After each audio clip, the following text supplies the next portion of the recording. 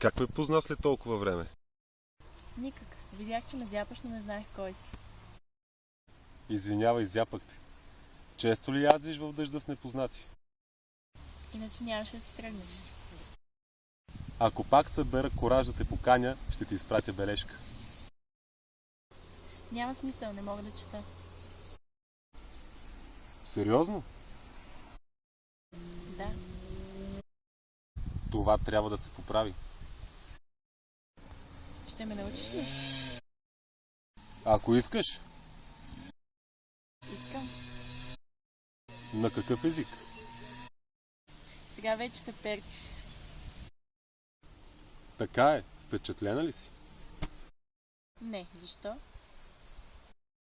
Yes, because every single day I thought about you. А сега го повтори изправен на ръце. Ще ми се отметне в останалото, но ще пробвам. Нищо ли не си научил по време на странстванията си? Французите и римляните се държат по-лошо от мен. Бил си в Рим? Чичо ме заведе на поклонение. Как е там? No nearly as beautiful as you. Какво означава това? Красиво е, но мястото ми е тук.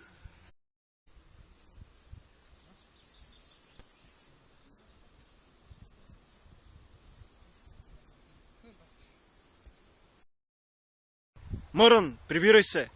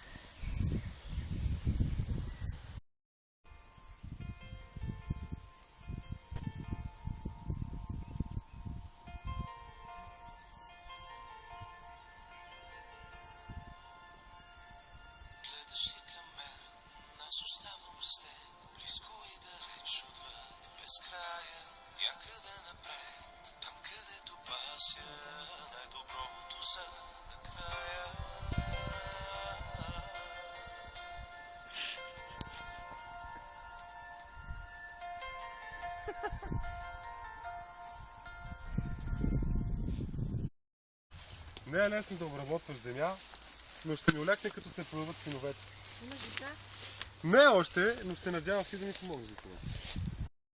Значи искаш да се ожени? Малко е неочаквано, но защо не? Как да се прави предложение?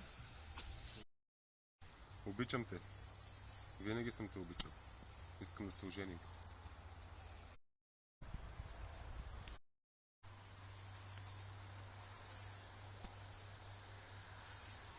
Съгласна ли си? Да, съгласна съм.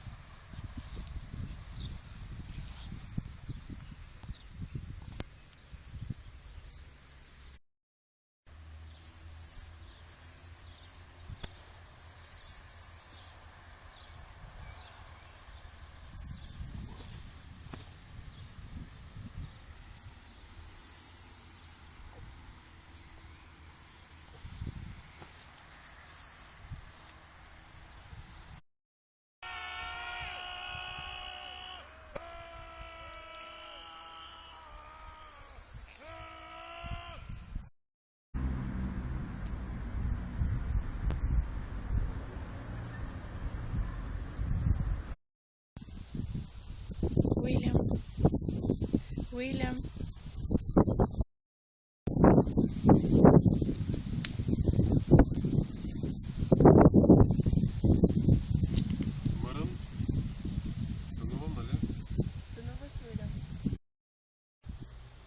Не желая. Трябва. Събуди се. Събуди се. След екзекуция, тялото на Уилям Уолъс е разчленено. Главата му бе побита на Лондонския мост, а крайниците му пръснати по четирите краища на страната за назидание. Но отзвукът бе друг. През лето Господне 1314 година шотландски патриоти, гладни и малочислени, щурмуваха полята. Биха се като митични герои, като шотландци. Ние в България си имаме своят Васил Левски. Нека всички се обединим за доброто на българския ни народ.